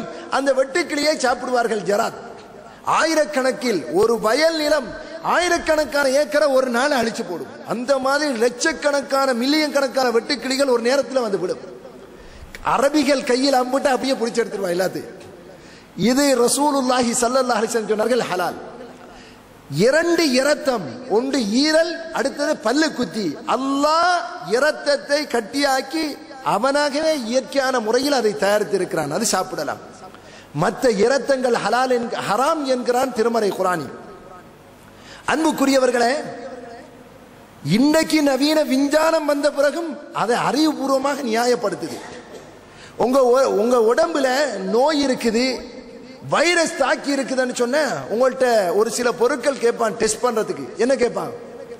காய்ச்சல் வந்துருச்சு, என்ன கேட்கிறான்? கொஞ்சம் ரத்தம் தாங்க, பிளட். உங்க உடம்புல என்ன நோய் இருக்குது, என்ன தாக்கம் வந்திருக்குன்னு சொல்லி அந்த இரத்தத்தை எடுத்து மனிதன் டெஸ்ட் பண்ணுகிறான். ஏன்? இரத்தத்தில தான் மொத்தமாக அந்த கிருமிகளுடைய ஓட்டம் உடம்பு முழுக்க பரவுது. உடம்பினுடைய நோயுடைய அடிப்படை அந்த இரத்தத்தில தான் அங்க பரவி கொண்டிருக்குது. இந்த இரத்தத்தை நாங்கள் ஒரு மிருகத்தை அறுக்கிற பொழுது அந்த இரத்தத்தை வெளியே அனுப்புகிறோம். கழுத்து அந்த நரம்புகளை வெட்டி அந்த இரத்தம் பீரிட்டு பாய்கிறது. இரத்தம் வெளியே போன ஒரு மிருகத்தை நாங்கள் ஹலாலான முறையில் சாப்பிடுகிறோம். அல்லாஹ் இரத்தத்தை ஹராமாக்கி அதை ஒரு மிருகத்தை அறுக்கிற பொழுது கூட அந்த இரத்தத்தை வெளியில் எடுக்க வச்சு நம்மளை அழகான முறையில் சாப்பிட வைக்கிறான். சகோதரர்களே, நோயுள்ள ஒரு பகுதியை அல்லாஹ் அன்று ஹராமாக்கிறான். அன்றும் சாப்பிடவில்லை, இன்றும் சாப்பிடவில்லை, என்றும் சாப்பிட மாட்டோம். ஏன்? இஸ்லாம் காலம் மாறினாலும் மாறாத ஒரு சட்டம், அல்லாஹ்வுடைய சட்டம் அல்லவா. உலகத்துல மனிதனுடைய சட்டம் நாளுக்கு நாள் மாறுது. விஞ்ஞான உலகம் எத்தனையோ நம்ம கண்ணுக்கு முன்னாடியே எத்தனையோ சட்டங்களை மாற்றினான். உதாரணமாக அப்பெண்டிசைட் வந்தன்னு சொன்னா, இந்த குடல், மனிதனுடைய குடல் அப்படியே சுத்தி சுத்தி வந்து ஒரு இடத்துல குடல் வளரி என்று சொல்லி ஒரு பகுதி இருக்குது. அதுல தான் அந்த கல் விளையுது. நாங்க தண்ணி குடிக்காத போது சில உப்புக்கள், வேறு விதமான கனி உப்புக்கள் சேர்ந்து கல் விளைஞ்சு அது வீங்கி பழுத்து அதைத்தான் அப்பெண்டிசைட்னு சொல்லி வெட்டி எடுக்கிறான். அண்மை காலம் வரைக்கும் விஞ்ஞான உலகம், இந்த வைத்திய உலகம் என்ன சொன்னாங்க? இந்த துண்டு வந்து உடம்புக்கு தேவையில்லாத ஒரு துண்டு, எக்ஸ்ட்ரா இருக்குது. இதுல வந்து கல்லுகள் படிந்து அப்பெண்டிசைட் வருது. அதனால சிலர் என்ன செய்வாங்கன்னு கேட்டா, வருத்தம் வரும் முன்னாடியே அந்த துண்டை வெட்டி எடுத்து வீசிடுவாங்க, நிம்மதியா இருக்கணும். ஆனா இன்றைக்கு சட்டத்தை மாத்திட்டாங்க. என்ன விஞ்ஞான உலகம், வைத்திய உலகம் சொல்லுது தெரியுமா? அப்பெண்டிசைட் வரக்கூடிய அந்த பகுதி, குடல் வளரி, உடம்புக்கு முக்கியமான ஒரு பகுதி. ஏன் முக்கியம் என்று சொல்லுகிறான்? ஏன்னா மனிதனுடைய குடல்ல இருக்கக்கூடிய உணவுகளை சமிபாடு அடைய செய்யக்கூடிய முக்கியமான பாக்டீரியாக்கள் அதுக்குள்ள இருக்குது, அதுக்குள்ளதான் உருவாகுது. அந்த பாக்டீரியாக்கள் உருவாகி குடல்ல இருக்கிற உணவை அவசரமா சமிபாடு அடைய செய்து டைஜஷன் அதை தூண்டி மனிதன் சாப்பாடு லேசா சமிபாடு அடையுது. மனுஷன் இதுவரைக்கும் சொன்ன தேவையில்லை வெட்டினான். அல்லாஹ் வீணாக படைக்கவில்லை. மனுஷன் இன்றைக்கு சட்டத்தை மாற்றி தான் தேவைங்கிறான். உலகத்தில் மனிதனுடைய ஒவ்வொரு யோசனையும் இன்றைக்கு கொண்டு நாளை கொண்டு மாற்றிக்கொண்டே இருக்கிறான். ஆனா இஸ்லாத்துடைய சட்டம், விஞ்ஞான உலகம் வந்த பிறகும் அல்லாஹ்வுடைய சட்டம் மாறாத ஒரு சட்டம். கடல்ல இன்னைக்கு எத்தனை ஆயிரக்கணக்கான உயிரினங்கள், எத்தனையோ விதம் விதமான உயிரினங்கள் இருக்குது. அல்லாஹ்வே குர்ஆன்ல சொல்லி காட்டுகிறான். சூரத்து நஹல் 16வது அத்தியாயத்தின் 14வது வசனம், வஹுவல்லதி சஹ்ஹரல் பஹர இறைவன் தான் உங்களுக்கு கடலை வசப்படுத்தி தந்தான். எப்படி வசப்படுத்தினான்? எதற்கு வசப்படுத்தினான்? லிதகுலு மின்ஹு லஹ்மன் தரியா, அதாவது ஃப்ரெஷ்ஷான, ரொம்ப ஃப்ரெஷ்ஷான உணவுகளை, இறைச்சியை நீங்கள் உண்பதற்காக அல்லாஹ் கடலை வசப்படுத்தினான். கடலை பிடிக்கிற மீன் ரொம்ப ஃப்ரெஷ், தாசிஜர் சொல்லுவாங்க. அந்த மாதிரி ஃப்ரெஷ்ஷான உணவுகளை நீங்க சாப்பிடுவதற்கு கடலை அல்லாஹ் வசப்படுத்தினான். நீங்க அணியக்கூடிய முத்து பவளம் இந்த மாதிரி கடல்ல இருந்து எதெல்லாம் எடுக்கிறீங்களோ இதையெல்லாம் எடுப்பதற்காக கடலை அல்லாஹ் உங்களுக்கு வசப்படுத்தி இருக்கிறான் என்று அல்லாஹ் சொல்லி காட்டுகிறான். அன்புக்குரியவர்களே, நாயகம் ஸல்லல்லாஹு அலைஹி வஸல்லம் சஹாபாக்கள் வருகிறார்கள். யா ரசூலல்லாஹ், நாங்கள் கடலில் பயணிக்கிறோம். நாங்கள் பயணிக்கிற பொழுது கொஞ்சம் தண்ணி கொண்டு செல்கிறோம். குடித்தால் உலு செய்வதற்கு தண்ணி இல்லை, உலு செய்தால் குடிப்பதற்கு தண்ணீர் இல்லை, அந்த அளவுக்கு கொஞ்சமான நீர். கடல் நீரினால் நாங்கள் உலு செய்ய முடியுமா நாயகமே என்று கேட்கிறாங்க. நாயகம் ஸல்லல்லாஹு அலைஹி வஸல்லம் கேட்ட கேள்விக்கும் பதில் கொடுத்து மேலதிகமான ஒரு செய்தியை சேர்த்துட்டாங்க. ரசூலுல்லாஹி ஸல்லல்லாஹு அலைஹி வஸல்லம் என்ன சொன்னாங்க? ஹுவத்தஹூரு மாஉஹு அல்ஹில்லு மைத்ததுஹு, கடலிலுடைய தண்ணீர் சுத்தமானது, அதில் இறந்தவைகள் ஹலால் என்று சொன்னார்கள் நாயகம் ஸல்லல்லாஹு அலைஹி வஸல்லம். என்ன இன்னைக்கு கடல்ல நீங்க பாத்தீங்கன்னு சொன்னா மீன்களே ஆயிரக்கணக்கான மீன்கள். கிட்டத்தில் துபாய் அல்லது கட்டார்லையா ஒரு பெரிய திமிங்கிலம், சுபஹானல்லாஹ், பெரிய கவுண்டி போட்டு கிராங்க் போட்டு அப்படியே எத்தனையோ கிராங்க போட்டு தூக்குறாங்க. மனுஷன் எல்லாம் பார்த்தா என்னமோ பெரிய பில்டிங், எத்தனையோ தட்டு மாடிக்கு பக்கத்தில் சின்ன சின்ன ஆக்கள் நிற்கிறது போல இருக்கு. அவ்வளவு பெரிய மீன் கடலுக்கு ஓரத்துக்கு அடிச்சு வந்துச்சு. ரசூல்லா காலத்தில் அம்பரண்டு வந்தது போல இந்த மாதிரி ஒரு பெரிய மீன். இது ஒரு சின்ன குட்டி கடல்ல இருக்கிற கோடிக்கணக்கான மீனினங்கள், பெரும் பெரும் மீன்கள். அது மட்டுமா, கடல்ல இன்னும் எத்தனையோ விதமான உணவுகளை அல்லாஹ் வச்சிருக்கிறான். இந்த மாதிரி உணவுகள் எல்லாம் அல்லாஹ் உங்களுக்கு ஹலாலாக்கி இருக்கிறான், சாப்பிடலாமே. மனுஷன் இன்றைக்கு சாப்பிட்டு கொண்டிருக்கிறான். அப்ப இந்த மாதிரி ரசூலுல்லாஹி ஸல்லல்லாஹு அலைஹி வஸல்லம் சொல்லுகிறார்கள், எவற்றையெல்லாம் அல்லாஹ் ஹராம் என்று தெளிவாக சொன்னானோ அது ஹராம், எவற்றை ஹலால் என்று தெளிவாக சொன்னானோ அது ஹலால், எதை பற்றி அல்லாஹ் பேசவில்லையோ ஃபஹுவ மஅஃபூன் அன்ஹு, அது உங்களுக்கு அனுமதிக்கப்பட்டது. நீங்களா ஆராய்ச்சி பண்ணிக்கங்க. இது வேட்டையாடுற மிருகமா, இது இந்த நகத்தை கொண்டு பல்லை கொண்டு வேட்டையாடுறது, அல்லது தாவரங்களை உண்ணக்கூடிய இலை குலைகளை உண்ணக்கூடிய மிருகமா? ஒரு பறவை இருக்குது, அது வேட்டையாடல, இலை குலைகளை சாப்பிடுது. உங்களுக்கு என்ன பறவைன்னு தெரியல, பாக்குறீங்க பச்சை இலைகள் பல வஸ்துக்களை சாப்பிடுது, ஹலாலுங்கிறார்கள் நாயகம் ஸல்லல்லாஹு அலைஹி வஸல்லம். நீங்க எந்த காலத்துல எந்த நாட்டுக்கு எந்த இடத்துக்கு போனாலும் அல்லாஹ்வுடைய சட்டம், அந்த பொதுவான ஒரு வரைவிலக்கணம் அப்படி அழகா தந்து வச்சிருக்கு. கடல் அல்லாஹ் திறந்துட்டு இருக்கிறான், நிலத்தில உணவுகளை தந்திருக்கிறான். அல்லாஹ் தடுத்தவைகள் உடலுக்கு கேடு, இரத்தம், இன்னும் பன்றி ஹராம் என்று நாம சொல்லல. நீங்க இன்டர்நெட்ல போனீங்கன்னு சொன்னா அமெரிக்காவுல மிகப்பெரிய ஒரு ஆய்வாளர் ஆயிரக்கணக்கான ஆடியன்ஸை வச்சு ஒரு நிகழ்ச்சி நடத்துகிறான். பன்றி என்பது ஒரு கிறிஸ்தவன், அவன் சொல்லுகிறான், கிறிஸ்தவர்களுடைய வேத நூல் பன்றியை ஹராம், தடுக்கப்பட்டது என்று சொல்லுகிறது, ஹராம். ஆனா நம்ம கிறிஸ்தவர்கள் சாப்பிட்டு கொண்டிருக்கிறோம். மிகப்பெரிய ஒரு அந்த ஆடியன்ஸ், அந்த ஹோலை பார்த்தீங்கன்னு சொன்னா சும்மா அந்த ஹோலை பார்க்கும் போதே அந்த நிகழ்ச்சி எவ்வளவு பெரிய நிகழ்ச்சி என்பதை நீங்க புரிஞ்சுக்கோங்க. ஆயிரக்கணக்கான ஆடியன்ஸ், சும்மா அழகான ஏற்பாடு அந்த நிகழ்ச்சி செய்கிறான். அவன் சொல்றான், நம்ம வேதம் தடுக்குது, ஆனா நாங்க கிறிஸ்தவர்கள் சாப்பிட்டு கொண்டிருக்கிறோம். இது எவ்வளவு பெரிய உடலுக்கு கேடு என்பதனுடைய அந்த விவரத்தை அவன் அதுல சுருக்கமாக சொல்லி காட்டுகிறான். அல்லாஹ் என்றைக்கோ தடுத்தான், இன்றைக்கு மட்டுமல்ல கியாமத்து நாள் வரைக்கும் இஸ்லாத்துடைய சட்டத்தை எவனும் மாற்ற முடியாது. உலகம் இன்ஷா அல்லாஹ் என்றாவது ஒரு நேரம் மாற்றும், மாற்றக்கூடியவங்க வருவாங்க. மஹ்தி அலைஹிஸ்ஸலாத்தை பத்தி நாயகம் ஸல்லல்லாஹு அலைஹி வஸல்லம் ஈசா அலைஹிஸ்ஸலாத்தை பத்தி சொன்னாங்க, பின்னாடி வருவார்கள், யக்துலுல் ஹின்ஸீர், பன்றிகளை கொண்டு ஒழிப்பார்கள் என்று சொன்னார்கள் நாயகம் ஸல்லல்லாஹு அலைஹி வஸல்லம். உலகத்தில் அதுக்கும் ஒரு முடிவு வைக்கிறதுக்கு அல்லாஹ் வச்சிருக்கிறான். அன்புக்குரியவர்களே, அப்ப இந்த மாதிரியாக மனிதனுடைய உணவுகள், நீங்க எதை சாப்பிடணும், எது உங்களுக்கு கேடு, எது உங்களுக்கு கேடு இல்லாதது, முழு விவரங்களை அல்லாஹ் இன்றைக்கு தந்திருக்கிறான். ஆனா மனுஷன்ற நிலைமையை பார்த்தீங்கன்னு சொன்னா, இன்னைக்கு கொரியா, பிலிப்பைன்ஸ் இந்த மாதிரி நாடுகளை நீங்க எடுத்து பார்த்தா அவன் சாப்பிடாதது ஒன்றும் கிடையாது. எலி ஓடுதான் அப்படி பிடிச்சி இழுத்தாச்சு, அப்படியே கொஞ்சம் புல்ல சேர்த்து பத்த வச்சு மேல எலினால போட்டு எடுத்து அப்படியே கையால கிண்டிட்டு முன்னுக்கே சாப்பிட்டு கொண்டிருக்கிறான். பாம்பை சாப்பிடுகிறான். எப்படி? சைனாவில் ஒரு கடையில பாம்பு எப்படி சாப்பாடுன்னு கேட்டா அது ஸ்பெஷல். எப்படி ஸ்பெஷல்? நம்ம கேட்போமே கொத்து ரொட்டி சும்மா ஹோட்டா கிடைக்கணும், பிரியாணி சும்மா அந்த மாதிரி ஒயில் மிதக்கணும், நெய் மிதக்கணும்னு சொல்லுவோம்.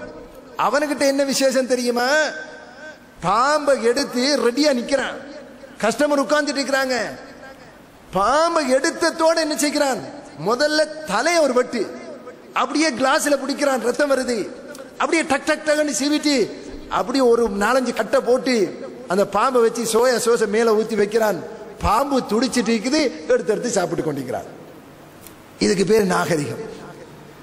இதுல வேற அதை திங்கிறதுல சாப்பிடுவதில் ஒரு இன்பம். மீன் எடுத்து அப்படி கண்ணுக்கு முன்னாடி எல்லாரும் பார்த்துட்டு இருக்கும் போது அப்படி எடுத்து பட்ட பட்ட பட்டு செதில சீவிட்டு என்ன செய்கிறான்? ஒரு 4-5 கட்டை போட்டு எண்ணெய்க்குள்ள பிடிக்கிறான், தலையை பிடிச்சு கொண்டு எண்ணெய்க்குள்ள வைக்கிறான். மீன் கீழ் பகுதி கொஞ்சம் அப்படி வாட்டிச்சு, எடுத்து அப்படியே பிளேட்ல வச்சு சோசை வச்சு கொடுக்கிறான். மீன் வாய ஆண்டு துடிச்சிட்டு பின்னால உடைச்சு சாப்பிட்டு கொண்டிருக்கிறான். இதுக்கு பேர் நாகரிகம். அது ஒரு பக்கம் இருக்கட்டும். பாம்பு, தேள், நட்டுவக்காளி, கரப்பத்தான் என்றாலே நாங்கள் அசிங்கம், அருவருப்படுகிறோம். மாஷா அல்லாஹ் கூடையில் அப்படியே ஃப்ரை பண்ணி வச்சிருக்கிறான். எலி, கரப்பத்தான், பல்லி, மனுஷனுக்கு கழிவில்லை. எந்த அளவுக்கு கேவலம்! இப்ப ஒரு கிழமைக்கு முன்ன, ஒரு வாரத்துக்கு முன்னாடி சைனாவில் மனுஷனை வெட்டி சாப்பிட்டுக்கிறான். ஒரு வாரத்துக்கு முன்னாடி நியூஸ்ல பாருங்க, மனிதனை மனிதன் வெட்டி சாப்பிடுகிறான். கேவலமான நிலைமை என்ன தெரியுமா? நம்ம முஸ்லிம்கள் கிரிக்கெட் விளையாடினாலே நாங்க பாகிஸ்தான் சொல்லுவோம். பாகிஸ்தான்ல 2 முஸ்லிம்கள் அடக்கப்பட்ட ஜனாசாவை தோண்டி வெட்டி டெய்லி சாப்பிட்டுக்கிறான். அவனை பிடிச்சி பேட்டி காண்றாங்க. சாப்பிடணும் போல இருக்குது, சாப்பிட்டோம். யாரு? முஸ்லிம். ஒருத்தனுடைய பேர் அப்துல் ரஹ்மான், இன்னொருவனுடைய பேர் வேற ஒரு பேர். 2 முஸ்லிம்கள் அடக்கப்பட்ட ஜனாசாவை தோண்டி சாப்பிடுகிறான். ஏன்? எலி, பல்லி, கரப்பத்தான் இதெல்லாம் சாப்பிட்டுட்டு போய் மனுஷரச்சு எப்படி இருக்குமென்னு பார்க்கிறான். நாளைக்கு இவன் மனைவியை வெட்டி சாப்பிடுவான், குழந்தையை வெட்டி சாப்பிடுவான். ஏன்? ஒரு எல்லை கிடையாதே. எதை சாப்பிட வேண்டும், எதை சாப்பிடக்கூடாது இஸ்லாம் வரைவிலக்கணம் கொடுத்திருக்குது. அவனுக்கு வரைவிலக்கணம் கிடையாது. சொந்த குடும்பத்து ஒரு அங்கத்தவர் மரணிச்ச நேரத்தில் என்னத்துக்கு அநியாயமாக வீசணும்? மரணிச்ச ஒரு மனுஷனை அநியாயமாக கொண்டு போய் மண்ணில புதைச்சி புழு பூச்சிகள் திங்கிறத விட நம்ம சாப்பிட்டா பிரயோஜனமா இருக்குமான்னு சொல்லி குடும்ப அங்கத்தவர்களை வெட்டி சாப்பிட்டாங்க. இதுவும் சைனால நடந்துச்சு. ஒரு 6 மாசம் 7 மாசம் வைக்கலாம். அன்புக்குரியவர்களே, மிருகத்தனமாக மனிதன் போய்கொண்டிருக்கிறான். குடும்ப பசியா குடும்பத்தில் இருக்கிற ஒருத்தனை வெட்டி சாப்பிடுகிற அளவுக்கு ஒரு மிருக சிந்தனை கொண்டவனாக மனுஷன் போகிறான். இஸ்லாம் பார்க்குது, மிருகங்கள் வேட்டையாடுகிற மிருகத்திரத்தில் இருக்கிற அந்த மிருக உணர்வு, அடுத்தவனை கடிச்சு கொதற உணவு மனுஷனுக்கு வரக்கூடாது. அப்படி மிருகங்கள் ஹராம், சாப்பிடாதீங்க. அசூசிகளை, அசிங்கத்தை சாப்பிடுகிற பன்றிகள் சாப்பிடாதீர்கள். அல்லாஹ் தடுத்திருக்கிறான். என் மனுஷனை அந்த பழக்கத்துக்கு போயிடுவான். எப்படியான ஒரு அழகான சட்டத்தை இஸ்லாம் தந்திருக்கிறது, சிந்திச்சு பாருங்க சகோதரர்களே. அழகான ஒரு வழிமுறை. இந்தியாவில் புழு அசிங்கமான ஒரு பொருள், அப்படி உயிரோடு இருக்கிற புழு அள்ளி வாயில போட்டு அப்படி சப்புறான், வட்டி. இது 2 பக்கம். இந்தியாவில் இதே இந்தியாவில் ஒரு மனிதன் பாம்பை பிடிச்சி, விஷப்பாம்பு பல்ல 2ஐயும் அந்த விஷப்பல் 2ஐயும் மட்டும் கலட்டிட்டு தலையை பிடிச்சு கொண்டு சப்புறான். அந்த கட்ட கட்ட கட்டன்னு சத்தம் கேட்குது. நீங்க அதை பார்த்தீங்கன்னு சொன்னா மேல் கூசுது. ஒரு வெறி பிடிச்ச நிலைக்கு மனுஷன் போறான். தலையை அப்படி கட்டிச்சு இப்படி இழுத்து, என்னமோ நாங்க ஆட்டரைச்ச சப்பு கொஞ்சம் வெந்தில்லன்னு சொல்லி கடிச்சு இழுப்போம், இந்த மாதிரி இழுத்து சாப்பிடுறான். ஒரு அசிங்கமான நிலைக்கு மனுஷன் போறான். கேடு கட்ட நிலைக்கு போறான். குடும்பத்தவனை வெட்டி சாப்பிடுகிறான், இறந்த மையத்தை சாப்பிடுகிறான், அடக்கப்பட்ட ஜனாசாவை தோண்டி சாப்பிடுகிறான். நாளைக்கு மனுஷன் இருந்தவனை காணோம், யாராவது கொலை செஞ்சு, கொலையெல்லாம் கிடையாது, நேத்து சூப் வச்சு சாப்பிட்டான்னு வருக்காத. ஏன் வருது? அல்லாஹ் ரசூல் போட்ட ஒரு வரையறை இருக்கும் வரைக்கும் இந்த உலகம் மாறாது. உலகத்துல மாற்றம் இல்லாத ஒரு அழகான வாழ்க்கை மனிதனுக்கு கிடைக்கும். ஆனா மனிதனுடைய சிந்தனை சாப்பிடு எது, வாழ்க்கையில என்ஜாய் பண்ணணும். என்ஜாய் பண்ணினான், யாரு அனுமதி கொடுத்தானோ நாளைக்கு அவனுக்கு கத்தி வச்சாதான் இவனுக்கு தெரியும், ஆகா நம்மளையும் சூப்பு வைப்பான் ஒரு நாளைக்கு. அன்புக்குரியவர்களே, இந்த மாதிரி ஒரு கேடுகட்ட நிலைக்கு உலகம் போய்கொண்டிருக்குது. அதுல அடுத்த கட்டம் இன்னும் 1-2 விஷயத்தோட முடிச்சுக்குவோம். நிறைய தகவல் இருக்குது, இருந்தாலும் சுருக்கமா. அடுத்தது நீங்க பாத்தீங்கன்னு சொன்னா, இன்னைக்கு உலகத்துல போதை வஸ்துடைய தாக்கம் எந்த அளவுக்கு கேட்டா, அடுத்த ஜெனரேஷன், மேற்கத்திய உலகத்துல அடுத்த ஜெனரேஷன் சீரழிந்து போற மிக முக்கியமான ஒரு விஷயம் தான் போதை வஸ்து. சின்ன சின்ன வாலிபர்கள் எல்லாம் அப்படி ஜங்ஷன்ல உட்கார்ந்து இருப்பான், பார்த்தா ஒரு என்னமோ ஒரு பைத்தியம் முடிச்ச அங்கோடையிலிருந்து வந்த மாதிரி இருக்கிறான், என்ன தூள் அடிச்சுட்டு உட்கார்ந்து இருக்கான். ஆண்களும் பெண்களும், வயசுக்கு வந்த பெண்கள் நடு ராத்திரியில நடு ரோட்ல சும்மா ஆடிட்டு இருப்பாங்க, என்ன தூள் அடிச்சு மசக்கத்துல நடமாடி கொண்டிருக்கிறான். அவனுக்கு நினைவு இப்ப சந்திர மண்டலம், அடுத்தது செவ்வாய் கிரகத்துல நிக்கிற மாதிரி அவன கற்பனை. ஆனா அவன் இருக்கிறது நடு தெருவுல நாரி போன இடத்துல நின்று கொண்டிருக்கிறான். இன்னைக்கு ஒரு உலகம் சீரழியுது. அல்லாஹ்வுடைய கிருபையால இஸ்லாத்துடைய மாறாத ஒரு சட்டம், உலகத்துல அழகான ஒரு வழிகாட்டல். முஸ்லிம் நாடுகளை விட்டு போடுங்க, சிங்கப்பூர் முஸ்லிம் நாடா? சிங்கப்பூர் முஸ்லிம் நாடு கிடையாது. எவ்வளவு அழகான சட்டம் தெரியுமா? போதை வஸ்து ஒரு குறிப்பிட்ட அளவு 20 கிராமுக்கு மேல, நான் அறிஞ்ச வரைக்கும் நீங்க கொண்டு வந்தீங்கன்னு சொன்னா, அதுக்கு கீழே இருந்தா வேற தண்டனை. 20 கிராமுக்கு மேல இருந்துச்சுன்னு சொன்ன கொலை தண்டனை, உங்களை உடனே கொலை செய்வாங்க.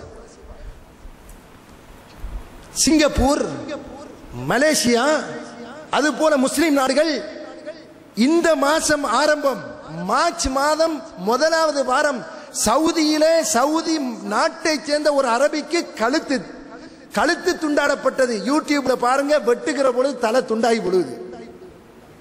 அரபி வெட்டுகிற மக்கள் பார்த்துட்டு இருக்கிறாங்க.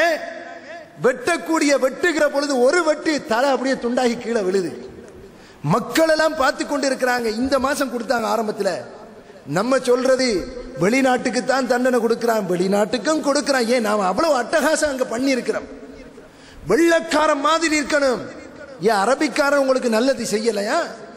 வெள்ளக்காரன் உங்களை கடையில் எங்கேயாவது கெஷியர்ல வச்சான காட்டுங்க பாப்போம். கெஷியர்ல வச்சிருப்பான், செக்யூரிட்டி கேமரா போட்டிருப்பான். கவுண்டரை திறந்தாலே எவ்வளவு எடுக்கிறீங்க, எவ்வளவு போடுறீங்க டீடைல் அங்க அவனுக்கு உடனே ரெக்கார்ட். எல்லா செக்யூரிட்டியும் போட்டு தான் உங்களை வச்சான். ஆனா அலிவும் தெரியாது, ஆனாவும் தெரியாத எங்களுடைய பிபி தாத்தா, அதுக்கு மேல யாரும் கோச்சிக்காதீங்க, சும்மா சொல்றேன், இப்ராஹிம் நான போறாங்க. போனா அந்த முஸ்லிமா ஓ கெஷியர்ல இருந்துக்க லட்சக்கணக்கில் சுருட்டிட்டு வந்தாங்க. ஒவ்வொருத்தன் வந்தானா இல்லையா? ஒவ்வொருத்தன் லட்சக்கணக்கில் எத்தனையோ பேர் திருடி கொண்டு வந்தான். இவ்வளவு செஞ்ச பிறகு இன்னும் இறக்கத்தோட இருக்கிறான். பெரிய செய்தி ஒரு பக்கத்துல. அன்புக்குரியவர்களே, இந்த மாதிரி எல்லாம் நடக்கக்கூடிய நாட்டில் ஒரு அரபியுடைய கழுத்தையும் இந்த மாசம் ஆரம்பத்தில் வெட்டினான். போதை வஸ்துக்கு ஏன் அவ்வளவு கடுமையான அந்த நாடுகள் நல்லா இருக்குது. சிங்கப்பூர் சுபஹானல்லாஹ், நீங்க போன ஒரு முஸ்லிம் அல்லாத நாடு, ஒரு கடையில ஹலால் விற்கிறதாக இருந்தா நாட்டு சட்டம் ஒரு முஸ்லிம் அங்க வேலை செய்யணும். ஒரு முஸ்லிம் கண்டிப்பாக அந்த ஹோட்டல்ல வேலை செய்யணும், கிச்சன்ல வேலை செய்யணும், அப்பதான் ஹலால் விற்க முடியும். சிங்கப்பூர் சட்டம். போதை வஸ்து கொலை தண்டனை. நாயகம் ஸல்லல்லாஹு அலைஹி வஸல்லம் எவ்வளவு அழகாக சொன்னார்கள். குல்லு முஸ்கிரின் ஹம்ரு வ குல்லு ஹம்ரின் ஹராம் மா அஸ்கர கஸீருஹு ஃபகலீலுஹு ஹராம். போதையூட்டக்கூடிய ஒவ்வொரு பொருளும் ஹம்ரு, அது போதை வஸ்தாகும். ஒவ்வொரு போதை வஸ்தும் ஹராமாகும் என்று சொன்னார்கள் நாயகம் ஸல்லல்லாஹு அலைஹி வஸல்லம். எதை அதிகம் குடித்தால் போதையூட்டுமோ அதை கொஞ்சம் குடித்தாலும் ஹராம் என்றார்கள் நாயகம் ஸல்லல்லாஹு அலைஹி வஸல்லம். கொஞ்சம் குடிச்சாலும் ஹராம். இப்ப நாம சொல்லுவோம் மதுபானம் ஒரு கப்புல குடிச்சிங்கன்னு சொன்னா ஹராம். அவன் என்ன செய்கிறான்? தூள் கொஞ்சம் நெருப்பு குச்சால எடுத்து குடிச்சா பரவாயில்லையான்னு கேட்பாங்க. அல்லாஹ்வுடைய தூதர் அன்னைக்கு தீர்ப்பு கொடுத்துட்டாங்க. தூள் எப்படி குடிக்கிறான்? அப்படி கொஞ்சம் நகத்தால சுரண்டி கொடுக்கிறான். எவ்வளவு? 250 ரூபாய். நகத்திட சுரண்டி தர்ற அளவுக்கு எடுத்தா இது ஹலாலான்னு கேட்கிறான். ரசூலுல்லாஹ் அன்னைக்கு முடிவு கொடுத்துட்டாங்க. என்ன? எதை அதிகம் குடித்தால் போதையூட்டுமோ அதை கொஞ்சம் குடிச்சா நகத்தால என்ன ஊசால கிண்டினாலும் ஹராம்ங்கிறாங்க நாயகம் ஸல்லல்லாஹு அலைஹி வஸல்லம். எப்படி ஒரு சட்டம்! இப்படி ஒரு சட்டம் வந்ததினால இன்றைக்கு முஸ்லிம் சமுதாயம் மாஷா அல்லாஹ் அழகான ஒரு குடும்ப வாழ்க்கை. ஒரு முஸ்லிம் சம்பாதிச்சா ஒரு குடும்பம் நிம்மதியா வாழுது. ஆனா காவிர்கள் முஸ்லிம் அல்லாதவர்களை பொறுத்த வரைக்கும் ஒட்டுமொத்த குடும்பம் சம்பாதிக்குது, நிம்மதி இல்லை அந்த குடும்பங்கள்ல. ஏன்? அவன் வருகிற பொழுது ஒத்த கால தத்தி தத்தி வருகிறான். ஏன்? மனுஷனா வர்றது கிடையாது, மனிதனாக வர்றது கிடையாது. பெண்கள நிலைமை அப்படி, ஆண்களுடைய நிலைமை அப்படி. இஸ்லாம் கொடுத்திருக்கிற அழகான வரையறை மனித வாழ்க்கைக்கு அன்றைக்கும் இன்றைக்கும் கியாமத் நாள் வரைக்கும். ரசூலுல்லாஹ் காலத்தில் பேரிச்சம்பளத்தில் தான் போதை வஸ்து மதுபானம் செஞ்சாங்க, கிரேப்ஸ்ல தான் செய்தார்கள். அதுக்கு தான் ஹம்ரண்ட பேரு. ஆனா ரசூலுல்லாஹ் என்ன சொன்னாங்க? குல்லு முஸ்கிரின் ஹம், போதையூட்டக்கூடிய எல்லாமே அந்த பட்டியல வந்துடும்.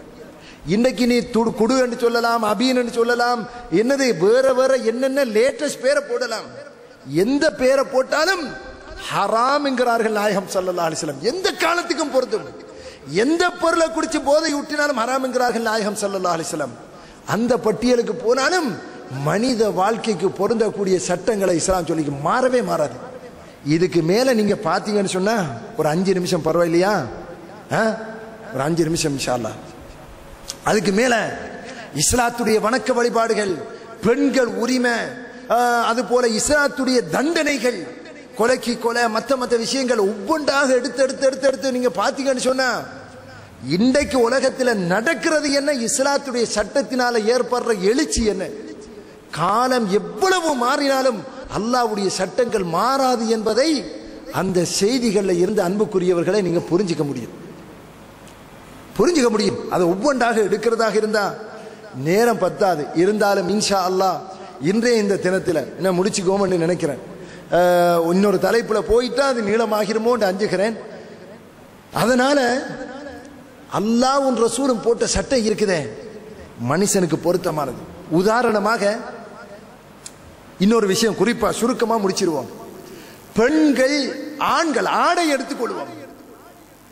ஆண்கள் எவ்வளவு மறைக்கணும், எப்படி மறைக்கணும், பெண்கள் எப்படி மறைக்கணும், இப்படி என்று பார்க்கிற நேரத்தில் முஸ்லிம்களுக்கு ஒரு அழகான கலாச்சாரம் இருக்குது. காபிர்களிடத்தில் அவர்களுக்கு ஒரு கட்டுப்பாடு கிடையாது. ஆனா இஸ்லாத்துடைய சட்டம் எவ்வளவு அழகானது என்பதை இன்றைக்கு உலக நடைமுறையில் நீங்க புரிஞ்சு கொள்ளலாம். ஒரு ஆண் எவ்வளவு மறைக்கலாம்? மேற்கத்திய உலகத்தை எடுப்போம், ஒரு துண்டு போட்டுட்டு ஆண் மறைச்சிட்டு போகலாம். அதே மேற்கத்திய உலகத்தில் ஒரு பெண் ஒரு துண்டோடு போகலாமாண்டா உடனே போலீஸ் அரெஸ்ட் பண்ணும். இல்ல 2 துண்டு போடணும் என்பார். ஏன்? ஆணை விட பெண்ணுக்கு ஒரு பகுதி மேலதிகமாக மறைக்கணும் என்பதை உலகமே ஏற்றுக்கொண்டிருக்கிறது. பகுத்தறிவு ரீதியாக சிந்திப்பவன் கூட ஒரு ஆண் மறைக்கிற அளவுக்கு ஒரு பெண் மறைக்க முடியாது, அதிகமாக மறைக்கணும். அப்படி என்று இன்றைக்கு மேற்கத்திய ஆபாச நிறைந்த உலகமே ஏற்றுக்கொள்கிறது. ஆணை விட அதிகமாக பெண் மறைக்கணும். நாங்கள் கேட்கிறோம் எவ்வளவு மறைக்கணும்? எல்லை இருக்குதா உன்னிடத்துல? எங்கள்கிட்ட ஒரு எல்லை இருக்குது. நீ எடுத்துக்கொண்டு சொன்ன 2 துண்டு என்று சொல்லுவாய். கொஞ்சம் அடுத்த நாட்டுக்கு போன இல்ல கொஞ்சம் கூடுதலா மறைக்கணும், இப்படி சொல்லி வித்தியாசமாக மறைக்கணும் என்று சொல்லுகிறாய். ஆனா அல்லாஹ்வும் ரசூலும் சொல்லி இருக்கிற ஒரு அழகான வழி, ஒரு பெண் முகமும் 2 கரங்களையும் தவிர மற்ற பகுதிகளை அந்நிய ஆண்களுக்கு முன்னால மறைக்கணும் என்பது பெண்களுக்கு இஸ்லாம் கொடுத்திருக்கிற அழகான உரிமையும் பாதுகாப்பும் என்பதை இன்றைக்கு உலகம் மனசில ஏற்றுக்கொள்வது, வெளியில வெளிப்பகட்டு காட்டிக் கொண்டிருக்குது. இன்னைக்கு சுவிஸ்ல கிட்டத்தில் ஒரு சட்டம் கொண்டு வந்தாங்க. பல்கலைக்கழகங்கள்ல வேலை செய்யக்கூடிய, உத்தியோகம் செய்யக்கூடிய இடங்கள்ல பெண்கள் ஆபாசமான உடுப்புகளை, அரைகுறை உடுப்புகளோட வரக்கூடாது. ஏன் நிறைய துஷ்பிரயோகங்களுக்கு அது வழிவகுக்குதுன்னு சொல்லி பார்லிமெண்ட்ல மிகப்பெரிய ஒரு சர்ச்சை இப்ப சுவிஸ்ல அண்மை காலமா போய்கொண்டிருக்குது. ஏன் இந்த பிரச்சனை போகுது? அவன் விட்டு பார்க்கிறான், பிரச்சனை ஆயிக்குதே. பெண்கள் என்று சொன்னாலே இறைவனே சொல்லுகிறான், பெண்கள் என்பது மனிதனுக்கு ஆண்களுக்கு கவர்ச்சிகரமாக ஆக்கப்பட்டிருக்கிறது. இல்லைன்னு சொன்னா ஒருத்தருமே குடும்பம் நடத்தி குழந்தை பெற்றுக்க மாட்டான். அல்லாஹ் அப்படி வைத்திருக்கிறான். அப்படி இருக்கிற ஒன்றை எப்படி பாதுகாக்கணும், எப்படி வைக்கணும் என்பதற்கு மேற்கத்திய உலகத்தில் எந்த வரையறையும் கிடையாது.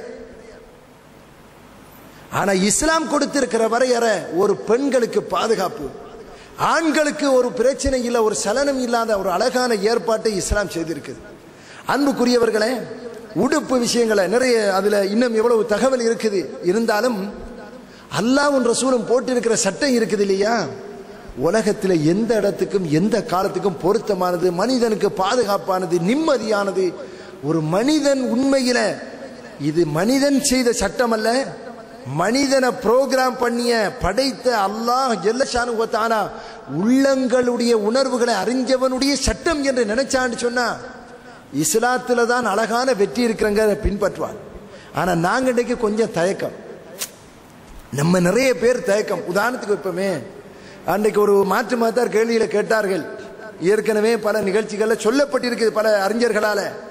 அவங்க கேட்கிறான், ஐயா தாடி வைக்கிறத பத்தி என்கிட்ட கேட்டாங்க. கனடாவில் ஒரு மாற்று மத இந்துக்கள் கேட்டாங்க ரேடியோ நிகழ்ச்சியில, முஸ்லீம்கள் ஏன் நீங்க எல்லாம் தாடி வைக்கிறீங்க, தாடி வைக்காம இருந்தா இது எவ்வளவு அழகா இருக்குது, தாடி வைக்கிறீங்களா இது அசிங்கமா இல்லையா, அப்படி இல்லையான்னு கேட்டாங்க.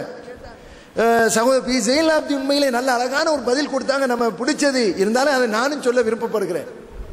அப்ப நம்ம சொன்ன அது என்னன்னு கேட்டா, உலகத்துல இயற்கையில அழகு வந்து மனிதனுக்கு தாடி இருப்பதுதான். அது எப்படி? உலகத்துல அல்லாஹ் படைச்சிருக்கிற மிருகங்கள், உதாரணமாக சிங்கத்தை எடுங்க. ஆண் சிங்கத்தை எடுத்தீங்கன்னு சொன்னா அதனுடைய முகத்தில் அழகான முறையில் இப்படி தாடி வளர்ந்து ஒரு கம்பீரம் ஒன்று உங்களுக்கு தெரியும். இதே நேரத்தில் ஒரு பெண் சிங்கத்தை பார்த்தீங்கன்னு சொன்னா ஏதோ போலியோ அட்டைக்கான ஒரு சிங்கம் மாதிரி இருக்கும். ஒரு இது கிடையாது, போலியோ நோயில பாதிக்கப்பட்டு ஒரு மாசம் ஹாஸ்பிட்டல் இருந்து இப்பதான் வந்தது போல இருக்கும். பார்த்தீங்கன்னு சொன்னா சிங்கம் என்றாலே ஆண் சிங்கம் தான். ஏன்? அந்த முடி வச்சு அப்படி நிக்கிற அந்த காட்சியை பார்த்தாலே மான்கள் நடுங்கி போகும். அப்படி அது ஆணுடைய உடுக்கக்கூடிய ஒரு கம்பீரம். அப்படியே மயிலுக்கு வாங்க, மயிலை பார்த்தீங்கன்னு சொன்னா ஆண் மயிலுக்கு தான் தோகை இருக்குது, அது விரிக்கும் போது எவ்வளவு அழகா இருக்குதுங்க மனுஷன். பெண் மயிலை பார்த்தீங்கன்னு சொன்னா ஏதோ இருக்குது, இருந்துட்டு போகட்டும் அப்படி என்று மனிதன். ஆண் மயிலை பார்த்தா தோகை உள்ள மயில் அழகா இருக்குது. இதுக்கு போல நீங்க பார்க்கலாம், ஒரு மாடு இருக்குது, பசுமாட்டை பார்த்தீங்கன்னு சொன்னா அது பெண் மாடு, அதுல தோற்றம் உங்களுக்கு தெரியும். அதே நேரத்தில் ஒரு காளை மாடு, வண்டி இருக்கிற காளை மாட்டை பார்த்தீங்கன்னு சொன்னா அந்த மாட்டுட அந்த கட்ஸை பார்த்தீங்கன்னாலே அது ஒரு அழகும் அதுல ஒரு கம்பீரம் தெரியும். கோழி, முட்டையிடக்கூடிய பேட்டு கோழியை பார்த்தீங்கன்னு சொன்னா அது நாலு பக்கத்தால இழுபட்டு போய் இருக்கு. அதே கோழி, சேவல் கோழியை பார்த்தா அதுல ஒரு கம்பீரம், அவருடைய கொண்டையில மேலே ஒரு சிவப்பு நிறமானது, கீழே அப்படி வந்து அதை பார்க்கும் போதே ஒரு கம்பீரமான ஒரு காட்சி தெரியுது. உலகத்தில் ஒவ்வொரு படைப்பிலையும் ஆண்கள் தான் கம்பீரமும் அதுல ஒரு திடகாத்திரம் இருக்குது. அது உண்மையிலே உலகத்தில் மனிதன் மத்தியிலே அப்படித்தான். ஆண்கள் தான் திடகாத்திரமும் கம்பீரமும் அதுல ஒரு அழகான கட்சும் இருக்குது. அதுக்காக பெண்கள் கோச்சிக்க கூடாது. ஆனா ஆண் சிங்கம் இவ்வளவு அழகான சிங்கத்துக்கிட்ட போய் நீ அழகா பெண் சிங்கம் அழகான்னு கேட்டா அது சொல்லும் பெண் சிங்கம் தான் அழகு. ஆண் மாடு காளை மாட்டுக்கிட்ட போங்க, இவ்வளவு அழகான மாட்டுக்கிட்ட போய் யார் அழகுன்னு கேட்டா அது என்ன சொல்லும்? பசுமாடு தானே அழகாக்குதுன்னு சொல்லும். கோழி இடத்துல போய் சேவல்கிட்ட யார் அழகு? பொட்டை கோழி தானே நல்லா இருக்குது. மயில்கிட்ட கேட்டா அப்படித்தான் சொல்லும். ஆனா உண்மையில அழகு ஆண். மனுஷனே அப்படித்தான். ஆணுக்கு தாடி வச்சு அவன் இயற்கையா இருக்கிறது அழகு. ஆனா மனுஷன் என்ன பார்க்கறான்னா பொம்பளை மாதிரி வலிச்சிட்டு இருந்தா ஒரு அழகு தெரிகிற மாதிரி மனுஷனுக்கு ஃபீலிங். ஆனா யதார்த்தம் மாற்றமானது. இதையும் சொன்ன அடுத்தது, தாடி வைக்கிறதுக்கு எந்த பிரச்சனையும் கிடையாது, விட்டா போய்த்துட்டு இருக்கும், அழகா இருக்கு, அதை பாட்டுக்கு போயிட்டு இருக்கும், கொஞ்சம் பார்த்து அழகுபடுத்தி கொடுங்க. ஆனா வலிக்கிறேன்னு சொன்னா டெய்லி கஷ்டப்படணும். டெய்லி சேவிங் கட்டர் வாங்கணும், டெய்லி பணம் செலவழிக்கணும், டெய்லி கஷ்டப்பட்டு கொண்டே இருக்கணும். ஒரு நாளைக்கு வலிக்கலன்னு சொன்னா வெளியே போக வெக்கம் வருது, ஒரு நிகழ்ச்சிக்கு போக வெக்கம் வருது. அந்த மாதிரி பிரச்சனை என்ன வராது, ஒரு இயற்கையில வராது. அப்ப அல்லாஹ் தஆலா வச்சிருக்கிற ஒரு சட்டம் இருக்குது இல்லையா, தலைவலி குறைவு, அதுதான் அழகு. ஆனா உண்மையில நீங்க எதுல அழகு என்பதை கொஞ்சம் ஒரு பரிச்சித்து பார்க்கலாம். தாடி வைங்க, நீங்க இப்ப தாடி இல்லைன்னு வைங்க, தாடி வைங்க இன்ஷா அல்லாஹ். வச்சுட்டு ஒரு 6 மாதம் 5 மாதம் தாடியோட இருந்துட்டு ஒரு நாளைக்கு நீங்க தாடியை வலிச்சிட்டு போங்க, உங்களோட மனைவி உங்களுக்கு ஏசுவா, என்னப்பா இது இது இருந்தது இப்படி அசிங்கமாக்கிட்டீங்களேன்னு சொல்லி. இப்படி பல சகோதரர்கள் வாழ்க்கையில் அனுபவப்பட்டாங்க. நீங்க வச்சுட்டு போய் வலிச்சிங்கன்னு சொன்ன வழங்கு சகோதரர்களை. ஒவ்வொரு விஷயத்திலையும் இஸ்லாத்துல சட்டம் இருக்குது இல்லையா, சுபஹானல்லாஹ், அதுல ஒரு தனித்துவம் இருக்குது. மனிதன்ற வாழ்க்கைக்கு என்றைக்கும் எக்காலத்துக்கும் என் நேரத்துக்கும் பொருத்தமான ஒரு அழகான வாழ்க்கை நிறைய அல்லாஹ்வும் ரசூலும் தந்திருக்கிறாங்க. அதனால வெட்கப்பட ஒன்றும் இல்லை. அல்ஹம்துலில்லாஹ், ஒவ்வொரு விஷயத்திலையும் நாங்க தன்னிறைவு உள்ளத்துல வரணும். அல்லாஹ்வும் ரசூலும் சொன்னது இருக்குது இல்லையா, இந்த உலகத்துல மனிதனுக்கு பொருத்தம், மனித வாழ்க்கைக்கு பொருத்தம். நான் வெட்கப்பட வேண்டிய அவசியம் இல்லை. எந்த உலகத்துல எந்த மேற்கத்திய உலகத்துக்கு போனாலும் ஒரு முஸ்லீம் என்று காட்டுவதில் நான் பெருமைப்படுகிறேன். அப்படி இருக்கணும். இருப்போமா இன்ஷா அல்லாஹ்? முஸ்லீம் என்று காட்டுவதுதான் பெருமை, முஸ்லீம் என்று வாழ்வதில் பெருமை என்ற இஸ்லாத்தில் எந்த சட்டமும் மாற்ற வேண்டியதில் மனுஷ வாழ்க்கைக்கு தேவையான பொருத்தமான அழகான சட்டம் என்கிறத நாங்கள் விளங்கி செயல்படுறதோட மற்றவங்களுக்கும் எடுத்து சொல்லக்கூடிய அந்த பாக்கியத்தை அல்லாஹ் நம் அனைவருக்கும் தந்தருவானாக. வாஹிர் தவானா அல்ஹம்துலில்லாஹி ரப்பில் ஆலமீன்.